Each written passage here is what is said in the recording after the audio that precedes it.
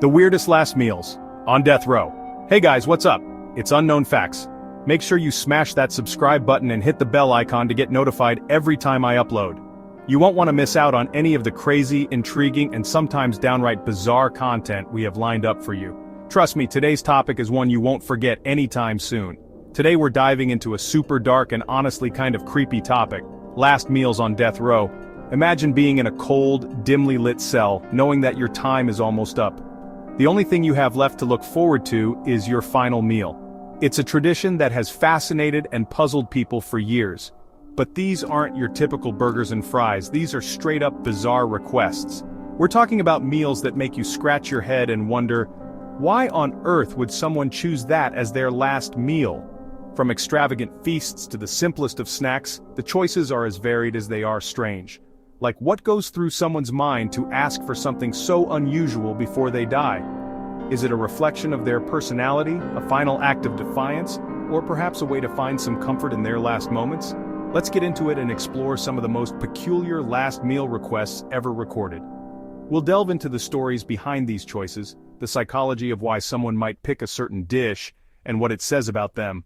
So sit back, relax, and prepare to be both intrigued and bewildered by the weirdest last meals on death row. This is going to be a fascinating journey into the minds of those who made these extraordinary requests. Okay, first up we have a single olive with the pit removed. Like, what? Was this dude trying to be healthy before his final moments? I don't get it. Some people think it's symbolic, like a new beginning or something, but let's be real, it's just weird. Imagine being the chef who had to prepare that. One single olive, no garnish, no nothing, just an olive. This next one is just disturbing. This inmate requested a lump of dirt, like actual dirt from the ground. Apparently he wanted to reconnect with nature one last time. I guess being locked up for so long can do that to you. The prison actually denied his request, saying it wasn't dignified. But seriously, who are they to judge? It's his last meal. Next, we have a whole raw onion. Not chopped, not diced, just a whole pungent onion. The inmate never gave a reason for his request, which makes it even weirder. Maybe he was trying to send a message? Like, this whole justice system stinks. Or maybe he just really liked onions. Whatever the reason, it's definitely a memorable last meal. Chapter 4. 1. Nutty Request.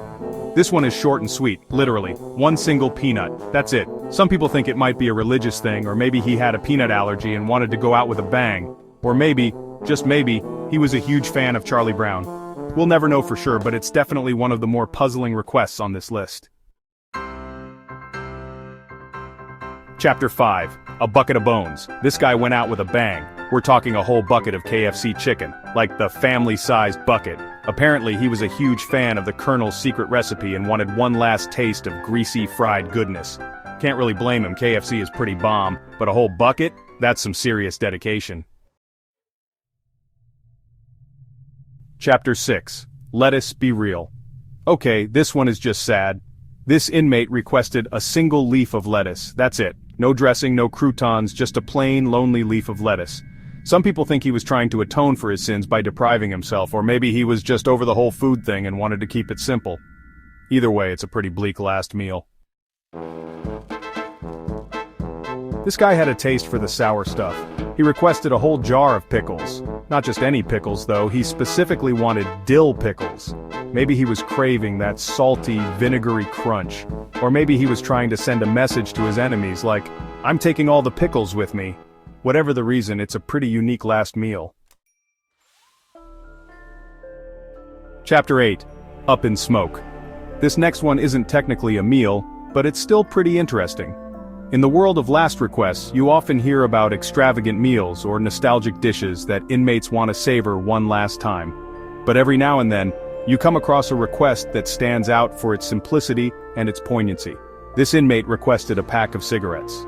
It might seem like an odd choice, especially when you consider the health risks associated with smoking. But in the context of a last request, it takes on a different meaning. It's not about the long-term consequences anymore. It's about finding a moment of solace in the midst of an unimaginable situation. Now, most prisons don't allow smoking anymore, but for some reason, they made an exception for him. Perhaps it was a nod to the gravity of the moment, an acknowledgement that the usual rules didn't quite apply in this extraordinary circumstance. Or maybe it was a small act of mercy, a way to grant a dying man one final comfort. Maybe they figured, what's one last smoke gonna hurt?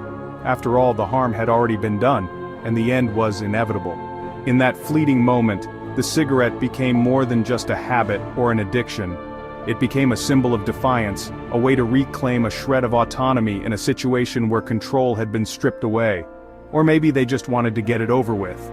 The process of granting last requests can be complicated and emotionally taxing for everyone involved. By allowing the inmate to have his cigarette, they might have been trying to expedite the process, to bring a sense of closure to a chapter that had already been written in blood and sorrow. Either way, it's a pretty powerful image. A man taking his last breaths, smoke curling up from his lips. In that moment, the cigarette isn't just a cigarette, it's a final act of humanity, a poignant reminder of the fragility of life and the inevitability of death. It's a scene that lingers in the mind, a haunting tableau that captures the essence of what it means to face the end with a semblance of dignity. Chapter 9. One last cup. This inmate kept it simple. A single cup of coffee. No sugar, no cream, just black coffee. Maybe he was a coffee addict and needed one last fix. Or maybe he just wanted something warm and comforting to sip on in his final moments. Whatever the reason, it's a pretty poignant last meal. Chapter 10. Piece of pie, peace of mind. Finally, we have a classic comfort food pecan pie. This inmate requested a slice of his mama's homemade pecan pie. Apparently, it was his favorite dessert growing up, and he wanted one last taste of home before he died. It's a pretty heartbreaking request, but also kind of sweet. It reminds us that even the toughest criminals are still human beings with their own unique memories and cravings. Outrow food for thought. Wow guys, that was intense. We've journeyed through some pretty heavy stuff today, and it's left me with a lot to ponder. The concept of a last meal is so fascinating, isn't it? It's a moment that's both deeply personal and profoundly public. It's a final statement, a last act of defiance or acceptance. It's a way to say, this is who I am, one last time. I don't know about you, but I'm suddenly craving a giant plate of nachos. There's something so comforting about nachos, with their gooey cheese and crunchy chips. It's a dish that brings people together, whether it's at a party, a game night, or just a casual get-together. Food has that power, doesn't it? It can evoke memories, create connections, and provide comfort in times of need. It's crazy to think about what goes through someone's mind when they're choosing their last meal. Are they thinking about their childhood favorites? Or maybe they're choosing something they've never had before, a final taste of the unknown. The psychology behind it is just mind-blowing. It's a decision that's loaded with meaning and emotion. Is it a way to reconnect with their past?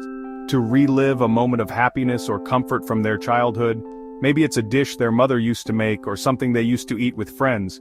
Food has a way of transporting us back in time, of bringing back memories we thought we'd forgotten. It's a powerful link to our past. To send a message to the world? Maybe they're trying to make a statement with their choice, to say something about who they are or what they believe in. It's a way to communicate, even when words fail. A final act of expression, a way to leave a mark, or are they just trying to find a little bit of comfort in their final moments? Maybe it's not about making a statement or reconnecting with the past. Maybe it's just about finding a little bit of peace, a small moment of joy in an otherwise dark time. Comfort food has that power to soothe and calm, to provide a sense of safety and warmth. Let me know your thoughts in the comments below. I'm really curious to hear what you think about this topic. What would you choose for your last meal? Why? It's a deeply personal question, and I think the answers can tell us a lot about ourselves. So, let's get a conversation going. And don't forget to like and subscribe for more creepy content. Stay spooky. We've got a lot more fascinating and eerie topics to explore together, and I can't wait to dive into them with you. Thanks for watching, and until next time, keep questioning, keep exploring, and stay curious. See you in the next video.